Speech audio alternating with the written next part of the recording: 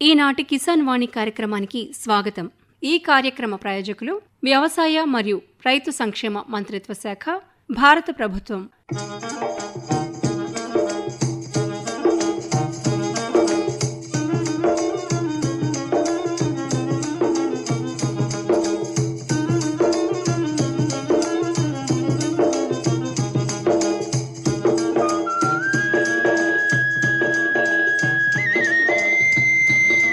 కిసాన్ వాణి.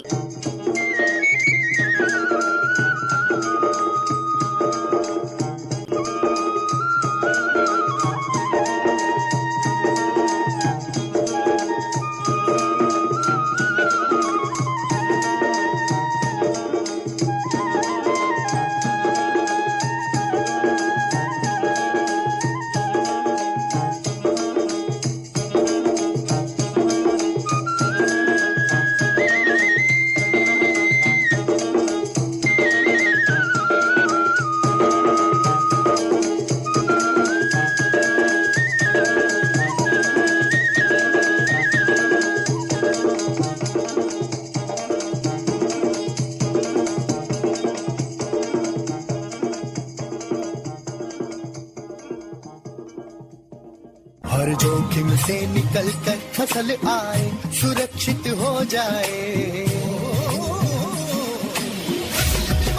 हर किसान अब आत्मनिर्भर हो जाए।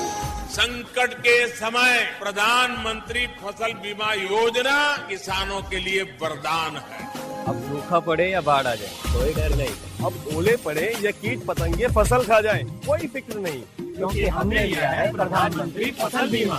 बुआई से फसल कटाई तक हर जोखिम का दावा, न्यूनतम प्रीमियम पर अधिकतम भुगतान का वादा। योजना से हर साल जुड़ रहे हैं 5 करोड़ से ज्यादा किसान। अब आपकी है बारी। नजदीकी कृषि कार्यालय, सहकारी समिति, बैंक शाखा, अधिकृत बीमा कंपनी या जन सेवा केंद्र में स्वेच्छा से करा सकते हैं पंजीकरण। फसल बीमा पोर्टल या फसल बीमा ऐप द्वारा भी कराया जा सकता है पंजीकरण। प्रधानमंत्री फसल बीमा योजना, आपकी फसलों का संपूर्ण सुरक्षा कवच, कृषि एवं किसान कल्याण मंत्रालय।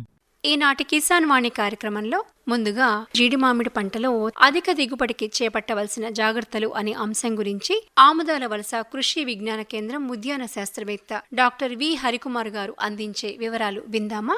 ఈరోజు మనం జీడి మామిడిలో అధిక దిగుబడికి చేపట్టవలసిన జాగ్రత్తలు. జీడి మామిడి అనేది అన్కాడియేసి కుటుంబానికి చెందిన ఉష్ణమండల పంట. దీని యొక్క స్వస్థలం బ్రెజిల్. పోర్చుగీస్ వారు 16వ శతాబ్దంలో మొదటిసారిగా మన దేశానికి ఈ పంటను పరిచయం చేశారు. మన దేశంలో మొదటగా గోవా ప్రాంతంలో నేలకోత అరికట్టడానికి జీడి మామిడి పంటను ఉపయోగించేవారు. దీనిని డాలర్ ఎర్నింగ్ క్రాప్ అని కూడా పిలుస్తారు. జీడి మామిడి తోటలను వివిధ దేశంలో వాణిజ్య సరళిలో పెంచుతున్నారు. భారతదేశం ప్రపంచ జీడి మామిడి పరిశ్రమలో జీడి గింజల ఎగుమతి మరియు జీడి గింజల ఉత్పత్తిలో అగ్రగామిగా ఉన్నది. సుమారు జీడి మామిడి పంటను 11,92,000 హెక్టార్లలో పంట పండించుచు 7,81,000 టన్నుల గింజల ఉత్పత్తి చేస్తున్నారు. మన రాష్ట్రంలో జీడి మామిడి సుమారుగా 1,98,000 హెక్టార్లో సాగు చేస్తూ 1,32,000 మెట్రిక్ టన్నుల దిగుబడిని జీడి రైతులు పొందుతున్నారు. మన రాష్ట్రంలో జీడి మామిడి ఉత్పాదకత హెక్టార్ 764 కిలోల గింజ దిగుబడిగా ఉన్నది. జీడి మామిడి తోటలను మన రాష్ట్రంలో శ్రీకాకుళం నుంచి నెల్లూరు వరకు గల కోస్తా తీర ప్రాంతాల్లో మరియు గిరిజన ప్రాంతాల్లో ఎక్కువగా సాగు చేస్తున్నారు. జీడిపప్పుకు ప్రపంచవ్యాప్తంగా మంచి గిరాకీ ఉన్నప్పటికీ మన దేశంలో జీడి మామిడి ఉత్పాదకత చాలా తక్కువగా ఉన్నది. ప్రస్తుతం జీడి మామిడి పంటలో తక్కువ దిగుబడి రావడానికి గల ముఖ్య కారణాల గురించి కొన్ని వివరాలు. ప్రస్తుతం జీడి మామిడి తోటల్లో తక్కువ దిగుబడి రావడానికి ముఖ్య కారణాలు చూసినట్లయితే జీడి తోటలను సారవంతంగా లేని నిస్సారమైన భూముల్లో సాగు చేయటము, జీడి పిక్కల ద్వారా వచ్చిన మొక్కలను తోటలుగా ఉపయోగించటము, జన్యుపరంగా సామర్థ్యం తక్కువ గల తోటలను అధిక విస్తీర్ణంలో పెంచటం, సరి అయిన భూసార, నీటి యాజమాన్య, నీటి సంరక్షణ పద్ధతులను రైతులు చేపట్టకపోవటం, సిఫార్సు చేసిన ఎరువులను కానీ సస్యరక్షణ చర్యలను కానీ రైతులు చేపట్టకపోవటం, మొక్కలను సిఫారసు చేసిన దూరంలో నాటకపోవటం వలన మొక్కల సాంద్రత తక్కువగా ఉండటం, ప్రతికూల వాతావరణ పరిస్థితుల దృష్ట్యా జీడి మామిడిలో తక్కువ దిగుబడి రావడానికి అవకాశాలు ఎక్కువగా ఉన్నాయి. ఈ కారణాల వలన జీడి మామిడి పంటల్లో తక్కువ దిగుబడులు అనేవి నమోదవుతున్నాయి. జీడి మామిడి పంటలో కొమ్మ కత్తిరింపులు, ఎరువుల యాజమాన్యం గురించి కొన్ని వివరాలు విందాం. జీడి మామిడిలో కొమ్మ కత్తిరింపులు, ఎరువుల యాజమాన్యం, పూత లేత చిగురాకు దశలో మొదలయ్యే చీడపీడల యాజమాన్యం చేపట్టడం వల్ల అధిక దిగుబడిని పొందవచ్చు. అదేవిధంగా అంటు మొక్కలను ఉపయోగించి సాగు చేస్తున్న తోటల్లో అధిక దిగుబడిని ఆశించవచ్చు. జీడి మామిడి సాగుకు నేలలు, వాతావరణం, సరియైన రకాల ఎంపిక, మొక్కల సాంద్రత, పోషక యాజమాన్యం, కొమ్మ కత్తిరింపులు, సస్యరక్షణ చర్యలు ఆచరించడం వంటి వివిధ అంశాలపై జీడి మామిడి పంట దిగుబడి మరియు గింజ యొక్క నాణ్యత అనేవి ఆధారపడి ఉంటాయి. జీడి మామిడి పంటను వివిధ వాతావరణ పరిస్థితుల్లో సాగు చేస్తున్నప్పటికీ ఇది ముఖ్యంగా ఉష్ణమండల పంట. నీటి ఎద్దడిని తట్టుకుంటుంది కానీ మంచు ప్రభావాన్ని తట్టుకోలేదు. జీడి మామిడి పెరుగుదలకు 27 డిగ్రీల సెంటీగ్రేడ్ ఉష్ణోగ్రత అనేది చాలా అనుకూలం. కాయ గింజలు తయారయ్యేటప్పుడు అధిక ఉష్ణోగ్రత వలన కాయలు గింజలు రాలిపోయే అవకాశం ఉంది. సరాసరి వర్షపాతం 600 నుంచి 4500 మిల్లీమీటర్లు గల ప్రాంతాల్లో జీడి మామిడి సాగును చేయవచ్చు. పూత మరియు గింజ ఏర్పడేటప్పుడు ఎక్కువ వర్షం మంచిది కాదు.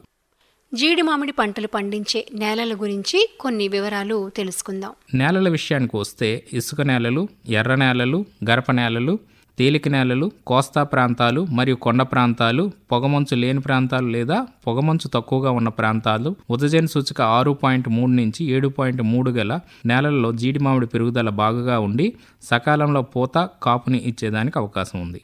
ప్రస్తుతం అధిక దిగుబడి ఇస్తున్న జీడి మామిడి రకాల వివరాలు. ప్రస్తుతం అధిక దిగుబడినిస్తున్న జీడి రకాలను పరిశీలిస్తే జీడి మామిడి పరిశోధనా స్థానం బాపట్ల వారు విడుదల చేసిన బీపీపీ 8, బీపీపీ 9, బీపీపీ 10, బీపీపీ 11 రకాలలో గింజ పరిమాణం ఎక్కువగా ఉంటుంది. వీటితో పాటు బీపీపీ 5, బీపీపీ 6 వంటి రకాలు కూడా మంచి కాపునిచ్చే రకాలు. తమిళనాడు రాష్ట్రానికి చెందిన ప్రాంతీయ పరిశోధనా స్థానం వృధాచలం వారు రూపొందించిన VRI2, VRI3 రకాలు అధిక దిగుబడినిస్తాయి. మహారాష్ట్ర రాష్ట్రానికి చెందిన ప్రాంతీయ జీడి పరిశోధనా స్థానం వారు రూపొందించిన వెంగుర్లా రకం 4 అనేది కూడా అధిక దిగుబడినిచ్చే రకం. బీపీపీ 8 మరియు బీపీపీ 9 రకాలు జాతీయ రకములుగా గుర్తింపు పొందాయి. ఇవి జనవరి, ఫిబ్రవరిలో పూతకు, ఏప్రిల్ నెలలో కోతకు వస్తాయి. జీడి మామిడి పంటలో అంటు మొక్కల పద్ధతి గురించి తెలుసుకుందాం. జీడి అంటు మొక్కల ఎంపిక విషయానికి వస్తే జీడి మామిడి తోటలను పెంచేందుకు స్థిరమైన అధిక దిగుబడినిచ్చే గింజల సైజు పెద్దగా లేదా మధ్యస్థంగా ఉండి పప్పు దిగుబడి అధికంగా ఉన్న నాణ్యమైన రకాలను ఎంచుకోవాలి. ఆరోగ్యవంతమైన 6 నుంచి 12 నెలల వయసు కలిగి 10 నుంచి 15 ఆరోగ్యవంతమైన ఆకులు కలిగి ఉన్న మేలైన అంటు మొక్కలను ఎంపిక చేసుకుని మొక్క వేళ్ల చుట్టూ ఉన్న మట్టి విడిపోకుండా పాలిథిన్ సంచిని జాగ్రత్తగా తొలగించి అంటు అతుకు భాగం నేలపైకి ఉండేటట్లు చూసుకొని మొక్కను నాటాలి. నాటిన వెంటనే మొక్కకు నీరు పోసి ఊతంగా కర్రను పాతాలి. జీడి మామిడి పంటలో ఎంత దూరం రైతులు పాటించాలి అనే వివరాలను ఇప్పుడు తెలుసుకుందాం. ఎకరాకు జీడి మొక్కలను మొక్కల మధ్య అదేవిధంగా వరుసల మధ్య 7 మీటర్ల దూరంలో ఉంచి నాటినట్లయితే 81 మొక్కల వరకు నాటుకోవచ్చు. అదేవిధంగా వరుసల మధ్య మొక్కల మధ్య దూరం 7.5 మీటర్లు ఉంచినట్లయితే ఎకరానికి 71 మొక్కల వరకు నాటుకోవచ్చు. అదేవిధంగా 8 మీటర్ల దూరంలో జీడి చెట్లు నాటుకున్నట్లయితే ఎకరానికి 62 మొక్కల వరకు జీడి మొక్కలు అవసరమవుతాయి. అధిక సాంద్ర పద్ధతిలో జీడి మొక్కలను 5 మీటర్లు అదేవిధంగా 5 మీటర్లు దూరంలో నాటితే ఎకరాకు 160 మొక్కల వరకు నాటుకోవచ్చు. అధిక దిగుబడినిచ్చే అంటు మొక్కలను సిఫారసు చేసిన దూరంలో నాటుకున్నట్లయితే అధిక దిగుబడిని రైతులు పొందగలరు. అంటు మొక్కలను మొదటి 2 సంవత్సరాలు నీటి వసతి తప్పనిసరిగా చూసుకోవాలి. మొక్కలకు వేసవి కాలంలో అధిక ఉష్ణోగ్రతల నుంచి రక్షణ కల్పించాలి. స్థానికంగా లభ్యమగు తాటి ఆకు, కొబ్బరి ఆకు మొదలైనవి ఉపయోగించవచ్చు. జీడి మామిడి పంటలో అంటు మొక్కల గుంతలు తీసే పద్ధతి గురించి తెలుసుకుందాం. జీడి అంటు మొక్కలు నాటుటకు గుంతలు తీసే పద్ధతి. నేలవాలును భూసారాన్ని బట్టి 7x7 మీటర్లు లేదా 8x8 మీటర్ల దూరంలో గుంతలు త్రవ్వుకోవాలి. గుంత పరిమాణం 1x1x1 అడుగులు లేదా 2x2x2 అడుగుల విస్తీర్ణం ఉండేటట్లు తవ్వుకోవాలి. గుంతలను వేసవికాలంలో తవ్వుకొని ఉన్నట్లయితే గుంతలు బాగా ఆరి క్రిమికీటకాలు నశిస్తాయి. గుంత తీసేటప్పుడు గుంతలోని పైపొర మట్టి ఒక పక్కకు తీసుకొని మిగిలిన మట్టిని వేరే పక్కకు తీసివేయాలి. గుంతల్లో ఎండుగడ్డి మరియు ఎండుటాకులను వేసి కాల్చినచో క్రిములు, కీటకాలు నశించి బూడిద కూడా ఎరువుగా ఉపయోగపడుతుంది. తొలకరి వర్షాలు పడేటప్పుడు అనగా జూన్, జూలై మాసాల్లో అంటు మొక్కలు నాటుకోవాలి. ఎంపిక చేయబడిన అంటు మొక్కలు నాటడానికి ముందుగా గుంతల్లో 10 కిలోల పశువుల ఎరువు, 2 కిలోల వేపపిండి, 200 గ్రాముల సింగిల్ సూపర్ ఫాస్ఫేట్ వంటి వాటిని కలిపి వేయాలి. మొక్కలు నాటు విధానం. మేలైన అంటు మొక్కలను ఎంపిక చేసుకుని చతురస్రాకార పద్ధతి లేదా త్రిభుజాకార పద్ధతుల్లో నాటుకోవాలి. గిరిజన ప్రాంత కొండవాళ్ళలో త్రిభుజాకార పద్ధతిలో మొక్కలు నాటుకున్నట్లయితే నేల కోతను అరికట్టడమే కాకుండా చతురస్రాకార పద్ధతి కంటే ఎక్కువ మొక్కలను మనం నాటుకోవచ్చు. ఎకరానికి 71 మొక్కలు లేదా 81 అంటు మొక్కలు సాంప్రదాయ పద్ధతుల్లో నాటుకోవచ్చు. అధిక సాంద్ర పద్ధతుల్లో అయితే ఎకరానికి 160 మొక్కల వరకు మనం అంటు మొక్కలు నాటుకోవచ్చు. నాటిన మొదటి 2 సంవత్సరాల్లో వచ్చే పూతను తుంచివేసినట్లయితే అంటుమొక్క ఎదుగుదల బాగా ఉండి 3వ సంవత్సరం నుంచి మంచి కాపునిచ్చేదానికి అవకాశం ఉంటుంది. జీడి మామిడి పంటలో ఎరువుల యాజమాన్యం వివరాలు విందామా? జీడి మామిడిలో ఎరువుల యాజమాన్యం విషయానికి వస్తే, జీడి మామిడి తోటలను ఎరువులు వేయకుండా నిర్లక్ష్యం చేస్తే దిగుబడి ఆశించినంతగా రాదు. ఇతరుల పంటల వల్లనే జీడి మామిడికి కూడా ఎరువులను వేసినట్లయితే అధిక దిగుబడులతో పాటు లేత తోటలలో పూత మరియు కాపు త్వరగా వస్తాయి. మొదటి సంవత్సరం సేంద్రియ ఎరువులను మాత్రమే ఇవ్వాలి. 2వ సంవత్సరం నుంచి సేంద్రియ ఎరువులతో పాటు రసాయనిక ఎరువులను అందించాలి. కాపునిచ్చే 5 సంవత్సరాల వయసున్న జీడి చెట్లకు సంవత్సరానికి 500 గ్రాముల నత్రజని అనగా 1100 గ్రాముల యూరియా, 125 గ్రాముల భాస్వరం అనగా 750 గ్రాముల సింగిల్ సూపర్ ఫాస్ఫేటు మరియు 125 గ్రాముల పొటాష్ అనగా 225 గ్రాముల మ్యూరేట్ ఆఫ్ పొటాష్ వంటి ఎరువులను ఒక్కో చెట్టుకి అందించాలి. ఈ సిఫారసు చేసిన ఎరువులను ఏడాదికి 2 సమభాగాలుగా వేయాలి.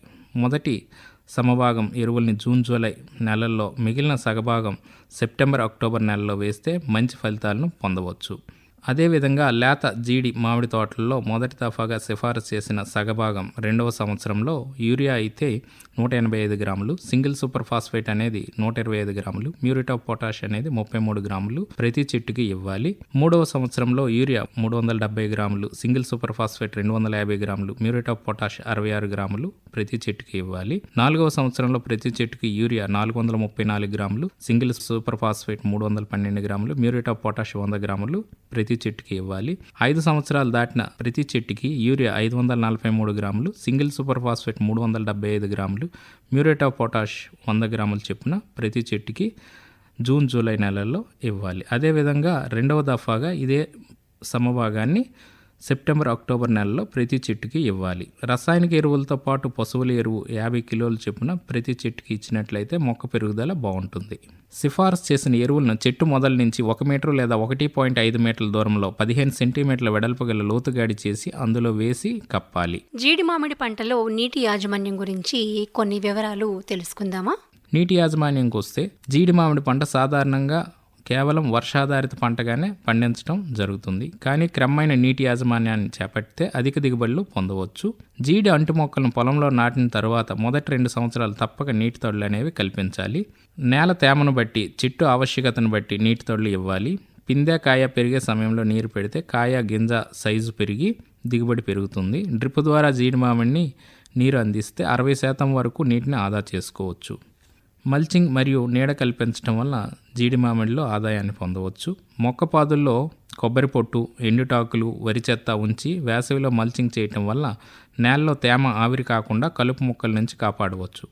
జీడి మామిడి తోటల్లో వర్షాకాలానికి ప్రారంభానికి ముందుగా ఒకసారి నవంబర్ డిసెంబర్ మాసాల్లో ఒకసారి కలుపు తీయటం వలన మొక్కలు ఎదుగుదల బాగుండటమే కాకుండా చీడపీడల సమస్య కూడా చాలా వరకు తగ్గుతుంది.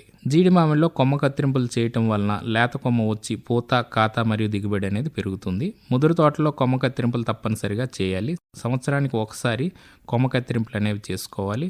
జూలై నుంచి ఆగస్టు నెల వరకు కొమ్మలను కత్తిరించుకోవచ్చు. ఇందులో భాగంగా పంట కోత అయిన 15 నుంచి 20 రోజుల తర్వాత నిలువుగా పెరుగుతున్న కొమ్మలు, ఎండు కొమ్మలు, భూమికి ఆనుకుని ఉన్న కొమ్మలు, ఇతర చెట్ల మీద పోయిన కొమ్మలు, నీడ మీద ఉన్న కొమ్మలు మొదలగు వాటిని కత్తిరించడం వలన తోటలను శుభ్రంగా ఉంచవచ్చు. మరియు మొక్కలకు తగినంత సూర్యరశ్మి, గాలి సోకి కొత్త కొమ్మలు ఎక్కువగా వచ్చి దిగుబడి పెరుగుతుంది. కత్తిరించిన భాగాలకు శిలీంధ్రాలు సోకకుండా 10% బోర్డో పేస్ట్ పూయాలి. చిన్న కొమ్మలైతే 1% బోర్డో మిశ్రమం పిచికారీ చేయాలి. జీడి మామిడి పంటలో అంతర పంటల గురించి కొన్ని వివరాలు. జీడి తోటల్లో అంతర పంటలు. తోట నాటిన తొలి సంవత్సరాల్లో మొక్కల మధ్య గల స్థలంలో వివిధ కూరగాయలు, పూల మొక్కలు, బంతి, చామంతి, మల్లెపూలు తోటలను వేసుకోవచ్చు. కాపు కాస్తున్న ముదర జీడి తోటల్లో కొమ్మ కత్తిరింపులు సక్రమంగా చేసినట్లయితే వెలుతురు, సూర్యరశ్మి బాగా తగులుతుంది కాబట్టి అలాంటి తోటల్లో పసుపు, అల్లం, పైనాపిల్ వంటి పంటలను అంతర పంటలుగా వేసుకోవటం వలన అదనపు ఆదాయాన్ని రైతులు పొందవచ్చు. ప్రస్తుతం జీడి తోటల్లో చేపట్టవలసిన భూ సంరక్షణ పద్ధతులను చూసినట్లయితే, జీడి తోటలను వరుసల మధ్య దున్నించాలి. తొలకరి వర్షాలు పడగానే పచ్చిరొట్ట పైర్లు వేసుకోవటం వల్ల భూసారాన్ని పెంచుకోవచ్చు. పచ్చిరొట్ట పైర్లను 50% పూత రాగానే నేలలో కలిసేలా కలిగి దున్నాలి.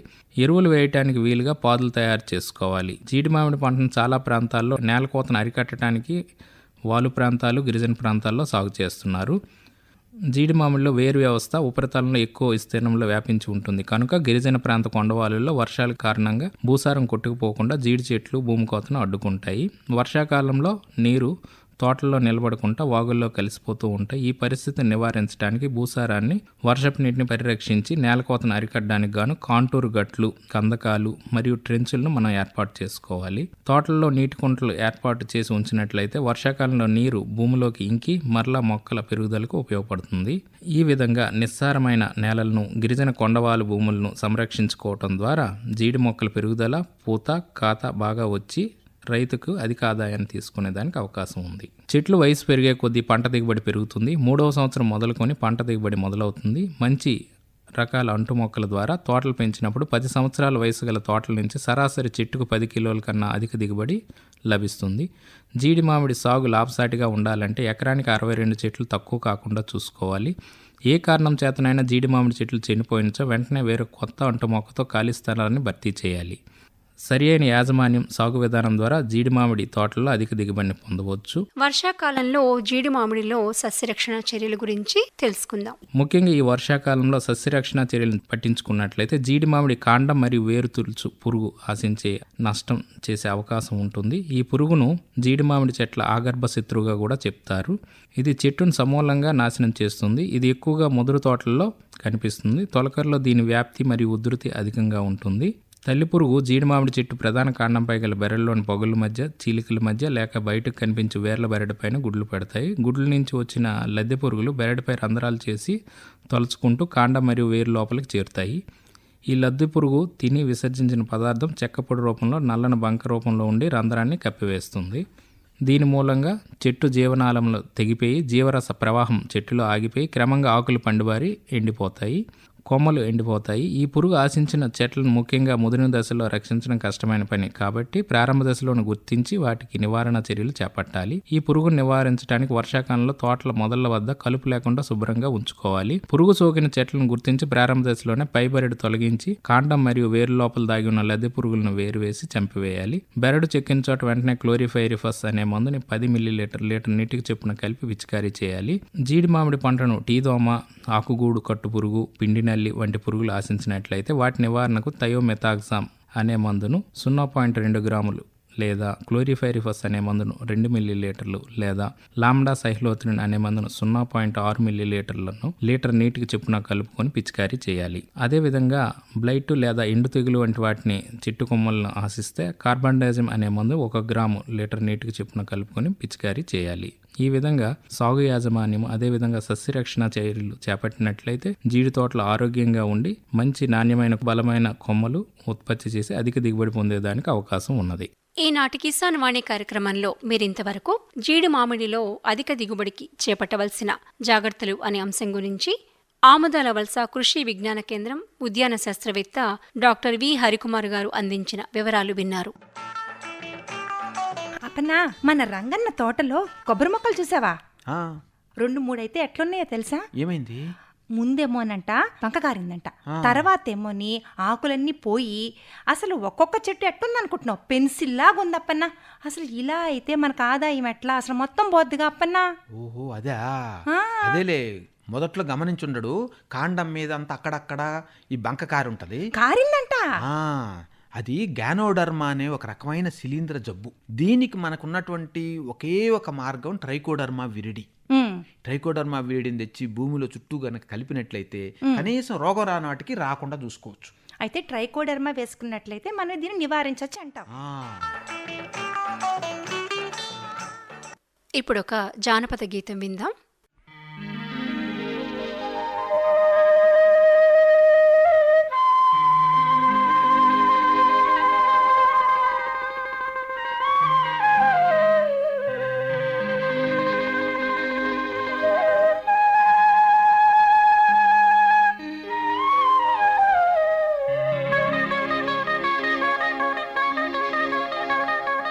వలచినాడు నన్ను తలచినాడమ్మా సందామామయ్యో, వాడు వలచిన తెల్లారి పిలిచిన పలుకాడు సందామామయ్యో, వాడు వలచిన తెల్లారి పిలిచిన పలుకాడు సందామామయ్యో, వలచినాడు నన్ను తలచినాడమ్మా సందామామయ్యో, వాడు వలచిన తెల్లారి పిలిచిన పలుకాడు సందామామయ్యో, వాడు వలచిన తెల్లారి పిలిచిన పలుకాడు సందామామయ్యో.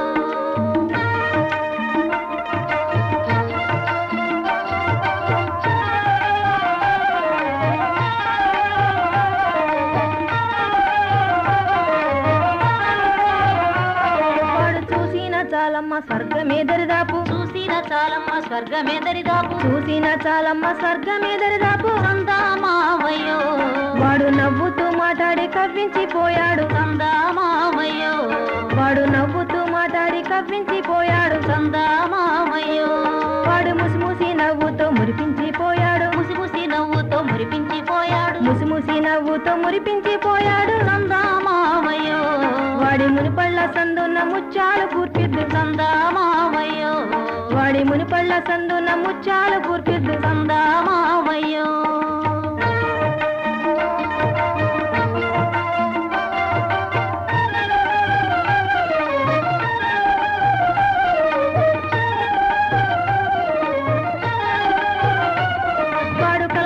కనిపించి కన్నెత్తి చూడాడు కలలోన కనిపించి కన్నెత్తి చూడాడు కలలోన కనిపించి కన్నెత్తి చూడాడు సందామావయ్యో వాడి కనుపాపాల సందు కస్తూరి జల్లిద్దు సందామావయ్యో వాడి కనుపాపాల సందు కస్తూరి జల్లిద్దు సందామావయ్యో వాడి భుజాన ఉన్నది భూచక్ర కంబళి భుజాన ఉన్నది భూచక్ర కంబళి భుజాన ఉన్నది భూచక్ర కంబళి సందామావయ్యో వాడు భూమి మీద పరిచి బుద్ధున్న చెప్పడే సందామావయ్యో వాడు భూమి మీద పరిచి బుద్ధున్న చెప్పడే సందామావయ్యో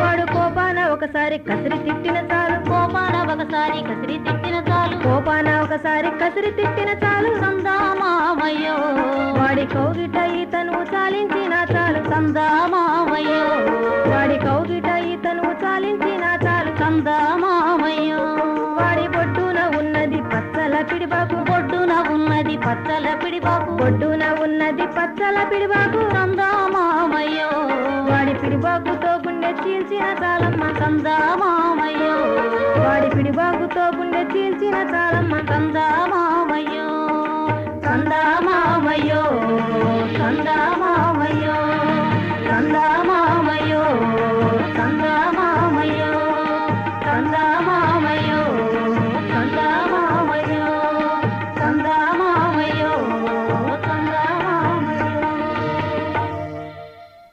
ఈనాటి వ్యవసాయ సమాచారం కార్యక్రమంలో వరిలో సుడిదోమ నియంత్రణ అనే అంశం గురించి తెలుసుకుందాం. తల్లి పురుగులు సుమారుగా 2 నుంచి 12 గుడ్లు సమూహంగా ఆకు తొడుమలు మొక్క మొదలు కాండం కణజాలంలో పెడతాయి. ఆకుల మధ్య ఈనెల్లో కూడా ఈ గుడ్లు పెడతాయి. వీటి గుడ్లు తెల్లగా పారదర్శకంగా కొద్దిగా వంకరగా తిరిగి 2 వరుసల్లో ఉంటాయన్నమాట. వీటి గుడ్లకు రక్షణగా వాటిపై రక్షణ కవచం స్రవిస్తాయి. 7 నుంచి 9 రోజుల్లో పిల్ల దోమలు బయటకొస్తాయి. గుడ్ల నుంచి పొదగబడిన పిల్ల పురుగులు అంటే దోమలు చిన్న పరిమాణంలో ఉండి ముదురు గోధుమ రంగులోకి మారతాయి. పిల్లదోమ నుండి పెద్ద దోమగా వృద్ధి చెందడానికి 18 రోజుల సమయం పడుతుంది. తల్లి దోమలు ముదురు పసుపు నుండి ముదురు గోధుమ రంగులోకి ఉండి రెక్కలు పారదర్శకంగా ఉండి లేత పసుపు వర్ణాన్ని కలిగి ఉంటాయి. వీటి జీవితకాలం 30 నుంచి 35 రోజుల్లో పూర్తవుతుంది. వీటికి అనుకూలంగా ఉన్న వాతావరణం గురించి చూస్తే అవసరమైన దానికన్నా ఎక్కువ మోతాదులో నత్రజని అందించడం, దగ్గరగా నాట్లు వేసుకోవడం, ఎక్కువ మొక్కల సాంద్రత ఉండి పంట నేరుగా వెదజల్లి విత్తినప్పుడు కూడా ఈ దోమలు అధికంగా ఉంటాయి. విపరీతమైన పగటి ఉష్ణోగ్రతలు దోమలకు అనుకూలంగా ఉంటుంది. వర్షాలు తగ్గిన తర్వాత విపరీతమైన ఎండల కారణంగా పొలంలో ఆవిరి వాతావరణం ఏర్పడుతుంది. సహజ శత్రువులు లేకపోవడం వల్ల దోమలు నిరాటకంగా వృద్ధి చెందుతూ ఉంటాయి. ఆర్థిక నష్టపరిమితి స్థాయిని బట్టి చూస్తే పిలక దశలో దుబ్బుకి 10 పురుగులు ఉంటాయి. ఈనిక దశలో చూస్తే కనుక దుబ్బుకి 20 నుండి 25 పురుగులు ఉంటాయి. ఇక నష్ట లక్షణాలు గనక చూస్తే వీటి తల్లి ఇంకా పిల్ల దోమల పంట పిలక దశ నుండి ఈనిక దశ వరకు రసాన్ని పీల్చి మొక్క ఎండిపోయేలా చేస్తాయి. ఈ దోమలు రసం పీలుస్తున్నప్పుడు విషపూరిత లాలాజలాన్ని మొక్కల్లోకి చొప్పించడం వల్ల పంట మొత్తం ఎండిపోతుంది. దీన్నే హాపర్ బర్న్ లక్షణమని అంటారు. వరి చిరుపొట్ట దశలో సుడిదోమ, తెల్లవీపు దోమలు అడుగు భాగాన రసాన్ని పీల్చడం వల్ల పంట పసుపు నుండి ఎరుపు రంగులోకి మారి పంట సుడులుగా ఎండిపోతూ ఉంటుంది. ఈ దోమ కనుక ఆశిస్తే కాండం మెత్తబడిపోయి గడ్డి ఎందుకు పనికి రాకుండా పోతుంది. వరిలో సుడిదోమ నియంత్రణ పద్ధతుల్లో సేద్య పద్ధతుల గురించి చూస్తే నీరు నిలవకుండా ఎప్పటికప్పుడు పొలం నుండి నీటిని తీసివేస్తూ ఉండాలి. పొలాన్ని అడపదడప ఆరబెడుతూ ఉండాలి. వరుసలలో పంటను నాటుకోవాలి. చదరపు మీటరుకు 33 మూనలు ఉండేటట్లు చూసుకోవాలి. ప్రతి 2 మీటర్లకు 20 సెంటీమీటర్ల చొప్పున కాలిబాటలు ఏర్పాటు చేసుకోవాలి. దీనివల్ల గాలి వెలుతురు బాగా వస్తుంది. మొదళ్ల వద్ద మందు చల్లేందుకు గాను మనకు బాగా ఉపయోగపడుతుందన్నమాట. సిఫార్సు చేసిన మోతాదులో మాత్రమే రైతులు నత్రజని ఎరువులను వాడవలసి ఉంటుంది. సహజ శత్రువులైన సాలీడ్లు, అక్షింతల పురుగుల వంటి వాటిని పొలంలో ఉండేటట్లు చూసుకోవాలి. పొలంలో అక్కడక్కడ దీపపు కాంతి ఎరలను ఏర్పాటు చేసుకోవాలి. అప్పన్నా, ఏం చిట్టమ్మా? పోయినసారి నాకు వరిలో గిడసబారిపోయి మొక్కలన్నీ సరిగా పెరగకుండా పిలకలు కూడా ఎక్కువ రాలా. ఈసారి నాకు అలా కాకుండా ఉండాలంటే ఏం చేయాలో చెప్పు. ఇది జింకు ధాతు లోపం చిట్టమా. మనం గమనిస్తే పైనుంచి 3 ఆకు 4 ఆకు మీద మొదట తుప్పు మచ్చలు కనిపిస్తాయి. తుప్పు మచ్చలు కనిపించాయి, నిజమే. ఆ తర్వాత మొక్కలు సరిగ్గా ఎదగవు, పిలకలు సరిగ్గా రావు. అవును. మనం ఆకును గనక వంచితే టపక్కన ఇరిగిపోతుంది, పెళుసుగా. ఇట్లాంటి సమస్య మళ్ళీ మళ్ళీ రాకుండా ఉండాలంటే మనం ముందుగానే ఆఖరి దిక్కులోనో దమ్ములోనో 1 ఎకరాకు 20 కిలోలు జింక్ సల్ఫేట్ గనక వేసుకుంటే మనకి ఈ సమస్య రాదు. అంటే జింక్ సల్ఫేట్ వేసుకోవాలంటాం. ఇంకొక ముఖ్యమైన విషయం, ఈ జింక్ సల్ఫేట్ ని బాసన ఎరువులతో కలపకుండా 2-3 రోజులు అటో ఇటో ఎడంగా వేసుకుంటే మనకి ఇబ్బంది ఉండదు. సరే అప్పన్న, ఈసారి అదే చేస్తాను నువ్వు చెప్పినట్టు. ఖచ్చితంగా చెయ్యి. प्रधानमंत्री किसान मान धन योजना। मिलेगा पेंशन का सहारा, कृषक ना होगा बेसहारा, जुड़ेगा खुशियों से नाता, कटेगा सुख से बुढ़ापा, सुरक्षित होगा अन्नदाता, सुरक्षित होगा अन्नदाता। प्रधानमंत्री किसान मान धन योजना से लघु सीमांत किसानों का भविष्य होगा सुरक्षित और 60 वर्ष की आयु से 3,000 रूपए मासिक पेंशन होगी सुनिश्चित। 55 रूपए से 200 रूपए की मासिक किश्त देकर प्रवेश कर सकते हैं। 18 से 40 वर्ष तक के किसान इस अंशदायक योजना में सरकार देगी बराबर का योगदान। सभी किसान भाई बहन इस योजना के लाभ के लिए जन सेवा केंद्र में जाएं और अपना निःशुल्क नामांकन कराएं। प्रधानमंत्री किसान मान धन योजना, अन्नदाता के परिश्रम को संबल, पेंशन से सुरक्षित उनका कर। कृषि एवं किसान कल्याण मंत्रालय, भारत सरकार द्वारा जनहित में जारी।